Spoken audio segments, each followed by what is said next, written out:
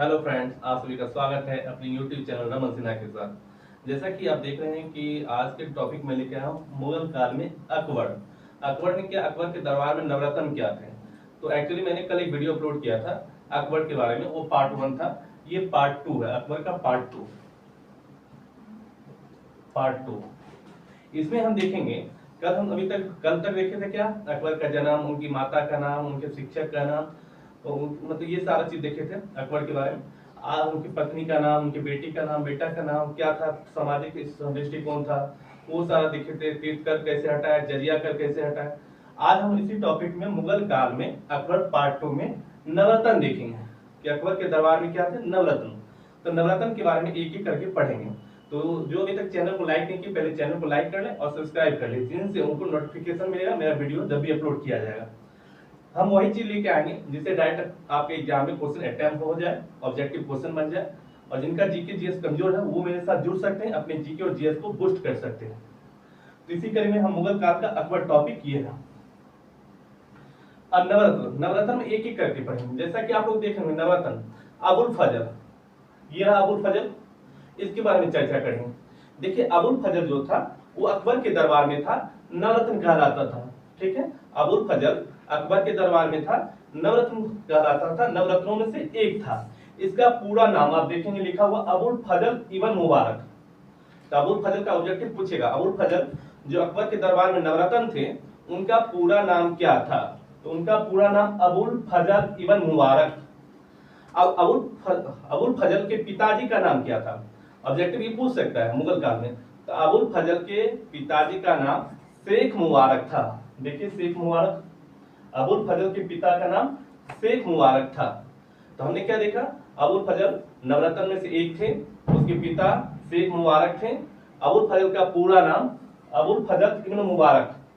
अब अबुल फजल की हत्या हो जाती है किसके कहने पे, तो अबुल फजल की हत्या की जाती है सलीम के कहने पे। किसके कहने पे, मुगल काल का राजकुमार सलीम के कहने पे अबुल फजल की हत्या हो जाती है। और अबुल फजल की हत्या बीर सिंह बुंदेला करता है। कौन करता है, बीर सिंह बुंदेला करते हैं।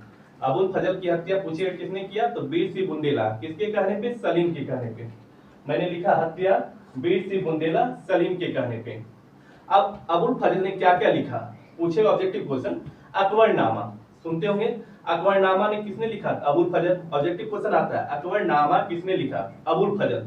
ठीक है, उसमें क्या था, अकबर की जो शासन व्यवस्था थी कि उसका क्या कैसा शासन रहा, उसका कैसा प्रभाव रहा, उसके काल खंड को वर्णित किया गया किसमें, अकबरनामा में। वही मैंने मेंशन किया अकबरनामा। तो अकबरनामा किसने लिखा, अबुल फजल। अबुल फजल एक बुक और लिखा था जिसकी एक रचना और की थी, किसका, आईने ए अकबरी। पूछेगा आइन ए अकबरी की रचना किसने की, ऑब्जेक्टिव क्वेश्चन अबुल फजल। आइन ए अकबरी की रचना किसने की, अबुल फजल। तो अकबरनामा और आइन ए अकबरी की रचना किसने की, अबुल फजल। अबुल फजल के नाम से एक ऑब्जेक्टिव क्वेश्चन और बनता है, इससे बाहर अबुल फजल के बारे में ऑब्जेक्टिव क्वेश्चन नहीं बनेगा किसी भी एग्जाम के लिए। जैसे पंचतंत्र, पंचतंत्र के लेखक विष्णु शर्मा थे, आपको पता होगा। फिर इसी में है ऑब्जेक्टिव, पंचतंत्र का फारसी में अनुवाद किसने किया, पंचतंत्र का फारसी में अनुवाद किसने किया। कौन सा ऐसा अकबर के दरबार में नवरत्न था जिसने पंचतंत्र का फारसी में अनुवाद किया, तो अबुल फजल। ये पंचतंत्र फारसी अनुवाद अबुल फजल। यही जो अनुवाद किया गया पंचतंत्र का फारसी में, उसको कहा जाता अनवर ए सदात, अनवर ए सदात। तो हमने देखा अबुल फजल के बारे में कि अबुल फजल के पिता शेख मुबारक थे। अबुल फजल की हत्या बीर सिंह बुंदेला करता है, किसके कहने पे, सलीम के कहने पे। आईने अकबरी अबुल फजल लिखता है। अकबरनामा जो अकबर का कालखंड की विशेषता है, घटना है, उसको अबुल फजल लिखता है। पंचतंत्र का फारसी में अनुवाद अबुल फजल करता है। ये ऑब्जेक्टिव क्वेश्चन इतना है। तो नवरत्न में एक पढ़े। अब नवरत्न 2 5G, ये देख लीजिए 5G, इसका की पॉइंट है, उसको चर्चा करेंगे। देखिए बोलेगा 5G किसके दरबार में रहता है, ऑब्जेक्टिव पूछा हुआ बहुत सारे एग्जामिनेशन में। तो 5G अकबर के दरबार में रहता है, वो भी नवरत्नों में से एक था। आपको इंटरेस्टिंग बात अभी तक नहीं पता होगा, अबुल फजल का भाई ही 5G था। देखिए 5G अबुल फजल का भाई, तो ये जान लीजिए, ऐसे ही याद रखेंगे, अबुल फजल का भाई 5G था जो कि अकबर के दरबार में रहता था, वो भी नवरत्न में से एक था। अब 5G के बारे में क्या करता, 5G क्या करता था, 5G कविता लिखता था, कवि था। मैंने मेंशन किया हुआ कविता। कैसा कविता? फारसी। आप बार बार देख लेंगे वर्ड फारसी फारसी फारसी, क्योंकि मुगलों की भाषा ही थी फारसी। मुगलों की भाषा क्या थी? राजभाषा फारसी। ऑब्जेक्टिव क्वेश्चन ये भी बनेगा। तो फैजी अकबर के दरबार में रहता था, नवरत्न था, अबुल फजल का भाई था और कवि था, कविताएं लिखती थी। इसने जो कविताएं के बारे में वर्णन किए देखेंगे, लीलावती, लीलावती ग्रंथ का फारसी में अनुवाद किया। ऑब्जेक्टिव आएगा मुगल काल के नवरत्न दरबार, अकबर के नवरत्न दरबार में कौन से ऐसे व्यक्ति थे या कवि थे जिन्होंने लीलावती ग्रंथ को फारसी में अनुवाद किया? तो वो नाम जाएगा फैजी। क्या नाम जाएगा? फैजी। फैजी जो था वो गणित के टीचर का भी काम किया। किसके लिए? अकबर के बेटा को पढ़ाने के लिए वो गणित शिक्षक, गणित के शिक्षक के रूप में काम किया। पूछेगा मुगल काल में कौन सा ऐसा नवरत्न था जो अकबर को पढ़ाने के लिए, गणित पढ़ाने के लिए शिक्षक का काम किया? तो फैजी। तो अभी तक हमने देखा ये। अब देखिए इसका पूरा नाम, फैजी का पूरा नाम शेख अबू अल फैज, शेख अबू अल फैज। तो हम इसके बारे में फिर से सुन लेंगे। देखिए फैजी नवरत्न था, अकबर के दरबार में रहता था, अबुल फजल का भाई था। फैजी का पूरा नाम शेख अबू अल फज, शेख अबू अल फैज था। फैजी जो था अकबर के बेटा को मैथ पढ़ाता था, अकबर के बेटा को मैथ यानी गणित पढ़ाता था, तो शिक्षक का भी काम किया। फैजी ऐसे मूल रूप से कवि था और इसने लीलावती का फारसी में अनुवाद किया। किसका? लीलावती ग्रंथ का फारसी में अनुवाद किया। काफी अच्छे से बता रहा हूँ, एक एक पॉइंट की पॉइंट को लेके। तो पहले तो चैनल को लाइक कीजिए, चैनल को लाइक कीजिए, सब्सक्राइब कीजिए। जैसे जिस प्रकार आप लोगों ने प्यार दर्शाया, मेरा बीरबल का टॉपिक वायरल किया, उसके बाद अकबर को काफी अच्छा रिस्पॉन्स मिला, तो उसी अकबर का पार्ट 2 लेके आए हैं। तो पहले चैनल को लाइक कीजिए और सब्सक्राइब कीजिए। फिर तीसरा तानसेन। देखिए अकबर के दरबार में तीसरा नवरत्न तानसेन। तानसेन हिंदू था, सिंपल सी बात था। तानसेन क्या था? हिंदू संप्रदाय से था। तो तानसेन का बोलेगा क्या बचपन का नाम क्या था? बचपन का नाम, तो तानसेन का बचपन का नाम तन्ना मिश्रा, लिखा हुआ तन्ना मिश्रा। तो तानसेन के बचपन का नाम तन्ना मिश्रा था या रामतनु पांडे। पूछता है रामतनु पांडे के बारे में कि बताइए कि बचपन का नाम तानसेन का क्या था? तो रामतनु पांडे। ये सब सुने होंगे लेकिन तन्ना मिश्रा बहुत कम सुने होंगे। तो याद रखिएगा तन्ना मिश्रा या रामतनु पांडे तानसेन का बचपन का नाम था। हिंदू संप्रदाय से बिलोंग करते थे नवरत्न तानसेन। तानसेन कहाँ? अब देखिए तानसेन के बारे में आपको ये भी जान लीजिए, एक्स्ट्रा क्वेश्चन। तानसेन सम्मान पुरस्कार चलता है, वो कौन सा राज्य देता है? मध्य प्रदेश। तानसेन सम्मान पुरस्कार मध्य प्रदेश राज्य देता है। अब तानसेन के बारे में क्या कर रहा है? मियाँ की मल्हार, पूछता है ऑब्जेक्टिव क्वेश्चन। मियाँ की मल्हार राग, राग मतलब राग जो गला के सेंस में होता है कि गाने के सेंस में। तो मियाँ की मल्हार राग किसने दिया? तो तानसेन। किसने दिया? तानसेन। मियाँ की मल्हार राग तानसेन ने दिया। इसके अलावा एक राग और दिया, दीपक, दीपक राग। बोलेगा दीपक राग मुगल काल के कौन से नवरत्न ने दिया? तो दीपक राग मुगल काल के तानसेन ने दिया। फिर से सुन लीजिए, तानसेन क्या थे? संगीतज्ञ थे, गीत गाते थे। तानसेन मध्य प्रदेश से बिलोंग करते थे। तानसेन के कारण मध्य प्रदेश की सरकार तानसेन सम्मान देती है। तानसेन का बचपन का नाम रामतनु पांडे या तन्ना मिश्रा है। क्लियर? तानसेन क्या किया? दीपक राग दिया। राग संगीत मतलब जो राग होता है उसमें दीपक राग तानसेन का दिया हुआ है। मियाँ की मल्हार राग तानसेन का दिया हुआ है। 3 नवरत्न पढ़ लिए। अब देखते हैं चौथा नवरत्न, बीरबल। देखिए अकबर के दरबार में बीरबल एक व्यक्ति था। काफी अकबर बीरबल का कहानी सुने होंगे। तो बीरबल का जो ये बीरबल जो है, बीरबल का वास्तविक नाम क्या है? पॉजिटिव क्वेश्चन पूछे, बीरबल का वास्तविक नाम क्या है? महेश दास। देखेंगे वास्तविक नाम महेश दास। तो बीरबल का वास्तविक नाम महेश दास। यह क्या था? सलाहकार था। किसका? अकबर का, क्योंकि अकबर के हमेशा आगे पीछे रहता था। विशेष विशेष सलाहकार था। सारे सलाहकार में इसका इंपॉर्टेंस ज्यादा था। तो अकबर क्या था? विशेष सलाहकार था, मैंने इसका मेंशन किया। और इसके अलावा ये हंसाने के लिए जाना जाता था, हास्य कवि भी बोल सकते हैं हंसाने के लिए। इसके अलावा इन्होंने बर्मा कवि, बर्मा नाम का कविता लिखा। तो बीरबल ने क्या लिखा? बर्मा नाम का कविता लिखा। तो बीरबल का क्वेश्चन क्या पूछेगा? बीरबल किसके दरबार में रहता है? अकबर के दरबार में। बीरबल नवरत्नों से था? हाँ था। बीरबल का असली नाम महेश दास। बीरबल कौन सा कविता लिखा? बर्मा कविता, बर्मा नाम कविता। बीरबल क्या था? अकबर का सलाहकार था। अब देखिए चौथे के बाद 5वां पॉइंट हम देखने जा रहे हैं, राजा टोडरमल। राजा टोडरमल। देखिए पूछेगा कि अकबर के दरबार में राजा टोडरमल क्या थे, तो राजस्व मंत्री या वित्त मंत्री, ऑब्जेक्टिव दोनों हो सकता है, राजस्व और वित्त मंत्री। तो टोडरमल किसके दरबार में रहते थे, अकबर के दरबार में क्या थे, राजस्व मंत्री या वित्त मंत्री थे। टोडरमल ने क्या क्या किया, जो जमीन की नाप पैमाना होता है उसको विकसित किया।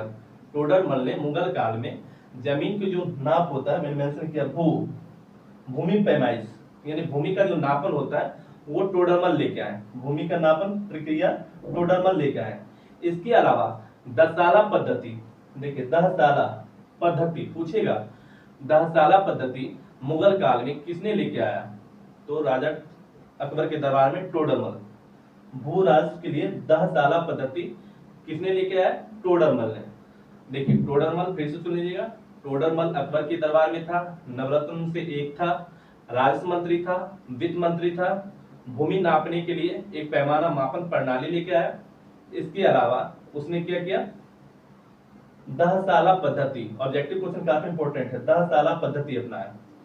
अब आइए छठा, राजा मानसिंह। सब जानते होंगे राजा मानसिंह, जो अकबर सीरियल चलता था उसमें भी देखे होंगे। तो राजा मानसिंह जो थे किसका पुत्र थे, ये आपको पता ही होगा, ठीक है। तो राजा मानसिंह क्या थे, राजा मानसिंह सेनापति थे, क्या थे, सेनापति। किसके दरबार में, तो अकबर के दरबार में। नवरत्न में से एक थे, कौन बताइए, मानसिंह। राजा मानसिंह सेनापति थे, अकबर के दरबार में रहते थे, नवरत्न में से एक थे। राजा मानसिंह के पास 7000 मनसबदार थे, कितने, 7000 मनसबदार। तो पूछेगा राजा मानसिंह के दरबार में या राजा मानसिंह के साथ कितने मनसबदार थे, 7000। राजा मानसिंह किसके दरबार में रहते थे, अकबर के दरबार में। राजा मानसिंह क्या थे अकबर में, सेनापति थे, ठीक है।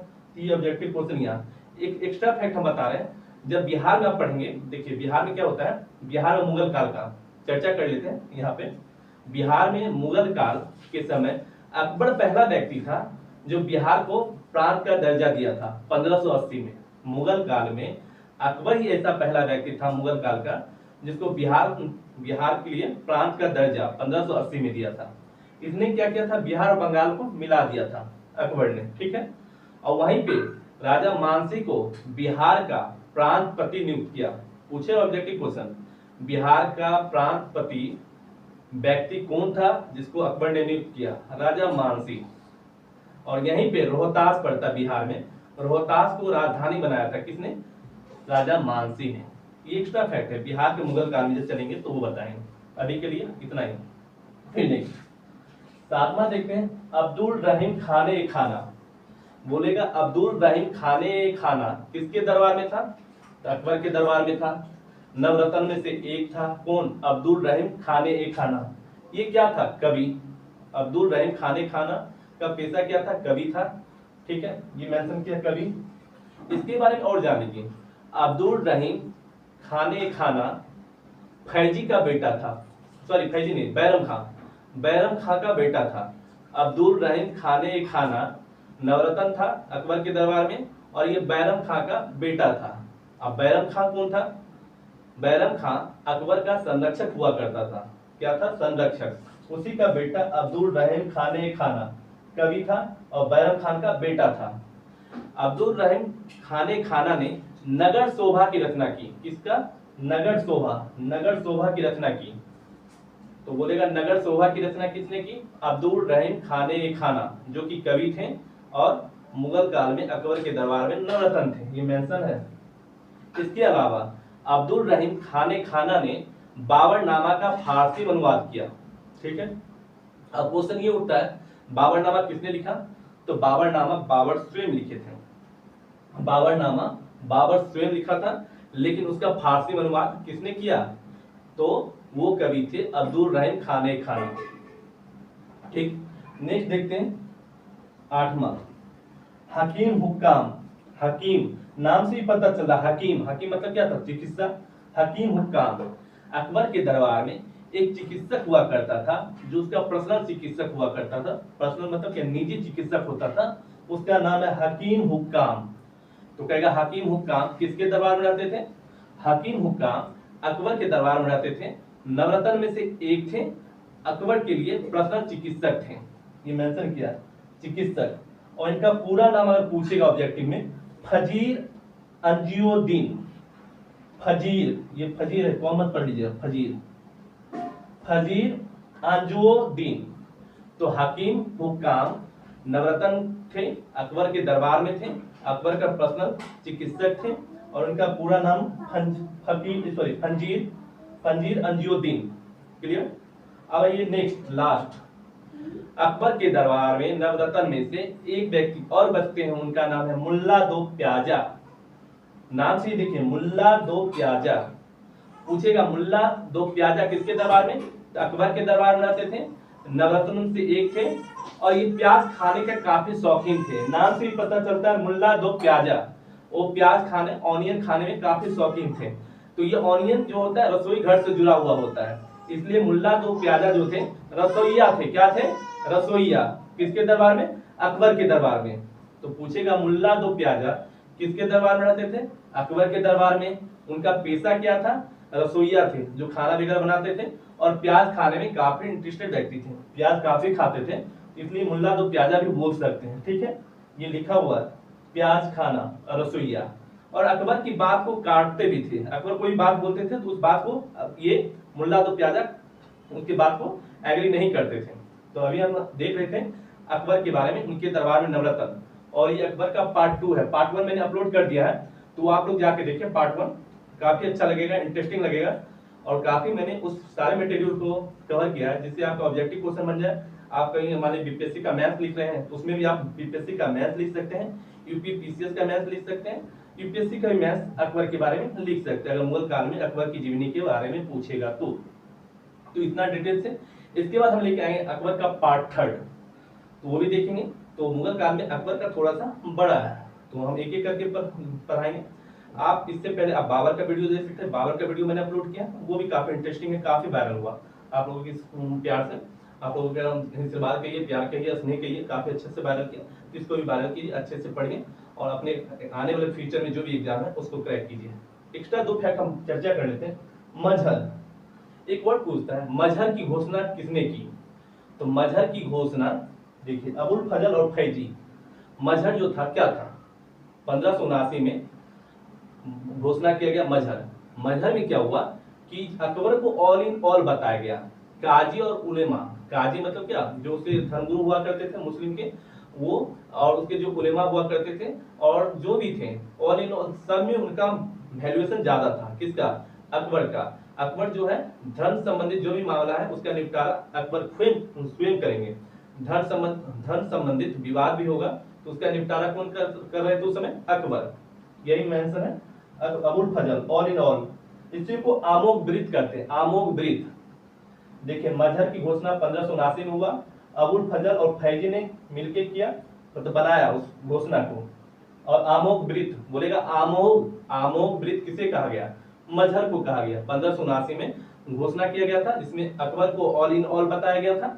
धर्म संबंधित जितना भी विवाद हो, धर्म संबंधित विवाद को भी अकबर ही देखेगा, काजी उलेमा नहीं देखेंगे। फिर आया दीन ए इलाही, देखिए मेंशन होगा दीन ए इलाही। देखिए, दीन ए इलाही एक धर्म था, धर्म ही बोल सकते, नहीं धर्म नहीं बोल सकते, लेकिन एक प्रकार का धर्म से जुड़ा हुआ मैटर था। दीन ए इलाही 1582 में अकबर ने शुरू किया था। किसने शुरू किया? 1582 में अकबर ने दीन ए इलाही शुरू किया था। किस लिए शुरू किया था? वो खाई मिटाना चाहता था, हिंदू और मुसलमान के बीच जो संप्रदाय का जो लाइन था उसको मिटा के एकजुट करना चाहता था। इसके लिए वो क्या करता था? हिंदुओं के त्योहार में, हिंदुओं के फेस्टिवल में भाग लेता था। कौन? अकबर। हिंदुओं के फेस्टिवल में भाग लेता था अकबर, यहाँ तक कि वो तिलक भी लगाता था। ठीक है, तो इस प्रकार वो हिंदू और मुसलमान के बीच का जो भेदभाव है उसको खत्म करना चाह रहा था, और वो जो सांप्रदायिक भावना जो फैला हुआ था उसको खत्म करके एकजुट करने का काम किया, हिंदू मुसलमान के बीच जो खाई है उसको मिटाने का काम किया। उसके लिए उन्होंने क्या चलाया? दीन ए इलाही, तो 1582 में। तो आज के लिए इतना ही। आप लोग वीडियो देखिए फिर से, इसका स्क्रीनशॉट ले सकते हैं, जूम करके खुद देख भी सकते हैं अगर की पॉइंट याद करना चाहते हैं। कोई भी एग्जाम हो, बैंक हो, एसएससी हो, रेलवे हो, यूपीपीसीएस हो, बीपीएससी हो, सीडीएस हो, एनडीए हो, एमटीएस हो, एसएससी का सीजीएल हो, और एसएससी का सीएसएसएल हो, तो कोई भी एग्जाम में ऑब्जेक्टिव क्वेश्चन अगर मुगल काल पढ़ के जाते हैं तो आपका क्वेश्चन बनेगा। मुगल काल से क्वेश्चन आता है, क्वेश्चन पूछने का ट्रेंड जान लीजिए। खेल से पूछेगा, मुगल काल से पूछेगा, 1857 की क्रांति से पूछेगा, राजधानी से पूछ सकता है, मुद्रा से पूछ सकता है, डे से पूछ सकता है, इंटरनेशनल ऑर्गेनाइजेशन से पूछ सकता है। तो वो सारा चीज हम कवर करेंगे। आज ही आप मेरे साथ जुड़िए और आपको जिनका जीके जीएस 0 है वो मेरे साथ जुड़ सकते हैं, जिनका बढ़िया है वो भी जुड़ सकते हैं और अपने जीएस के और जीएस को बूस्ट कर सकते हैं।